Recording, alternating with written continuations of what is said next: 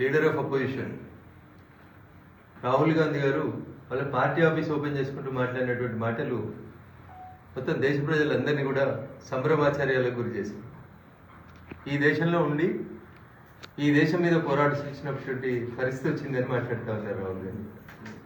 ఎవరితో పోరాడతారు? ఈ దేశంలో ప్రజల చేత ఎన్నుకోబడినటువంటి ప్రభుత్వంతో పోరాడతారా? ప్రజలు మద్దతు ఇచ్చి మూడోసారి అధికారంలోకి తీసుకొని వచ్చినటువంటి భారతీయ జనతా పార్టీతో కొట్లాడతారా?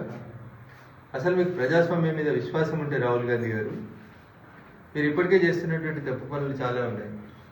బయట దేశాలకు వెళ్ళి భారతదేశాన్ని కించపరుస్తూ మాట్లాడతారు, నోటికి ఏదొస్తే అది మాట్లాడుతూ ఉంటారు. పాకిస్తాన్ ప్రేరేపిత ఉగ్రవాదాన్ని బలంగా ఉందనేటువంటి మాటలు బయట ప్రపంచానికి చెప్తా ఉంటారు. ఓవరాల్గా వీటన్నిటినే ఈ దేశ ప్రజలు 2014 నుంచి మూడోసారి ఒక ప్రభుత్వానికి, ఒక నాయకునికి మద్దతుగా అండగా నిలబడ్డారు. ఇంకా జ్ఞానోదయం కాలేదు సార్కి. ఏం మాట్లాడాలి, ఏం మాట్లాడకూడదు అనేది తెలియదు. మీకు భారతీయ జనతా పార్టీతో కొట్లాడేటువంటి శక్తి లేదు, ఆర్ఎస్ఎస్ గురించి మాట్లాడేటువంటి నైతిక హక్కు లేదు. కాబట్టి విదేశీయులు భారతదేశం మీద దండయాత్ర వేయాలనేటువంటి ఆలోచనతోటి ఎట్లయితే మాట్లాడుతుంటారో అట్లాంటి తప్పుడు మాటలనే మాట్లాడతాడు ఈయన. ఎవరితో కలిసి కొట్లాడతావు? భారతదేశంతో, బంగ్లాదేశ్తో కలిసి కొట్లాడతావా? చైనాతో కలిసి కొట్లాడతావా? పాకిస్తాన్తో కలిసి కొట్లాడతావా? లేకపోతే మీ మదర్ వాళ్ళు ఊరైనటువంటి ఇటలీ వాళ్ళతో కలిసి వాళ్ళ దండయాత్రకు వస్తావా? What is the meaning of it? మీకు రాజకీయంగా ఎన్నికలలో భారతీయ జనతా పార్టీనో ఇంకొక రాజకీయ పార్టీనో సిద్ధాంతపరంగా విభేదాలు ఉంటే సిద్ధాంతపరమైనటువంటి మాట్లాడండి, లీడర్ ఆఫ్ అపోజిషన్గా మాట్లాడు. అంతేగాని ఈ దేశం మీద చేతులేమో రాజ్యాంగ పుస్తకాలు పట్టుకొని తిరుగుతారు,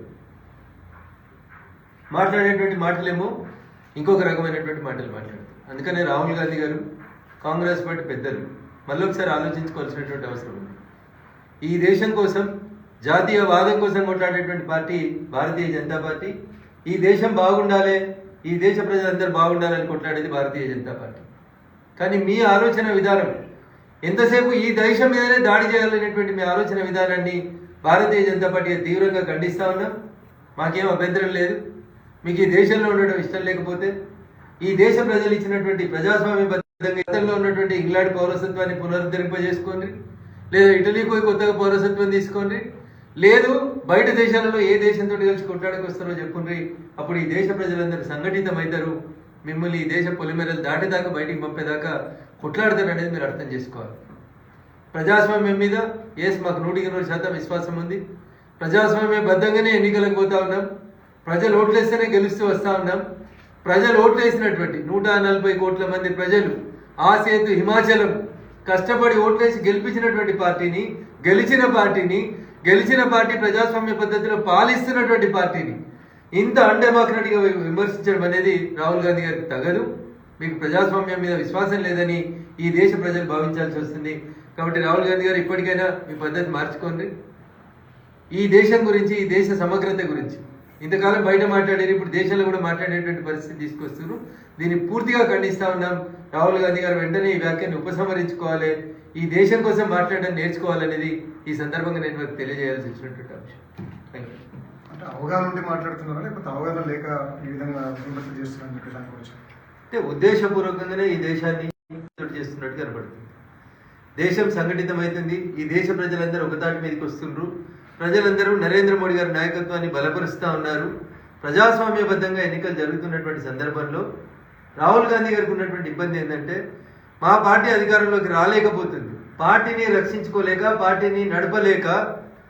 మరి భారత్ జోడో యాత్ర ఎందుకు చేసి? భారతదేశం మీద దండయాత్ర వేయాలనే ఆలోచన ఉంటే, ఈ దేశంతో కొట్లాడాలనే ఆలోచన ఉంటే జోడో యాత్ర ఎందుకు? ఈ దేశం మీద దండయాత్రని ప్రకటించి పాదయాత్ర చేయండి, కాశ్మీర్ నుంచి కన్యాకుమారి దాకా. అప్పుడు ప్రజలు చెప్తారు. అందుకని రాహుల్ గాంధీ గారు ఇప్పటికైనా పొలిటికల్గా మీరు కొంచెం పరిపక్వత చెందిందని కోరుకున్నాం, మేము చెందాలని ఆశించినాం. కానీ 5 సార్లు ఎంపీ అయిన తర్వాత కూడా మీరు గవే మాటలు మాట్లాడుతూ ఉంటే ఈ దేశ ప్రజలు తీవ్రవాదులు వాళ్ళతోనే కూడా చేస్తున్నా అని చెప్పేసి పోరాటం చేస్తున్నా అని చెప్పేసి అని అంటాడు. ఈ దేశంలో నేను అదే చెప్తాను, చేతిలోనేమో కుడి చేతిలోనేమో రాజ్యాంగం పుస్తకం ఉంటుంది. అదే రాజ్యాంగం డాక్టర్ బిఆర్ అంబేద్కర్ గారు చెప్పినట్టు 5 ఏళ్ళకు ఒకసారి ఈ దేశ పార్లమెంట్కి ఎన్నికలు జరుగుతాయి.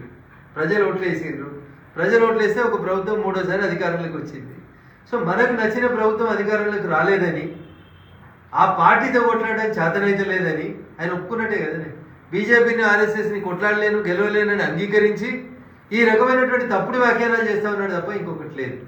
అందుకని రాహుల్ గాంధీ గారు మీరు 5 సార్లు ఎంపీ అయినరు, ఈ దేశం కోసం మాట్లాడాల్సిన బాధ్యతను ప్రజలు మీ మీద పెట్టిండ్రు, లీడర్ ఆఫ్ అపోజిషన్గా బాధ్యత తీసుకున్నారని మీరంతా మీరే చెప్పిండ్రు. మరి అట్లాంటప్పుడు ఈ మాటలు ఈ పద్ధతి అనేది మార్చుకో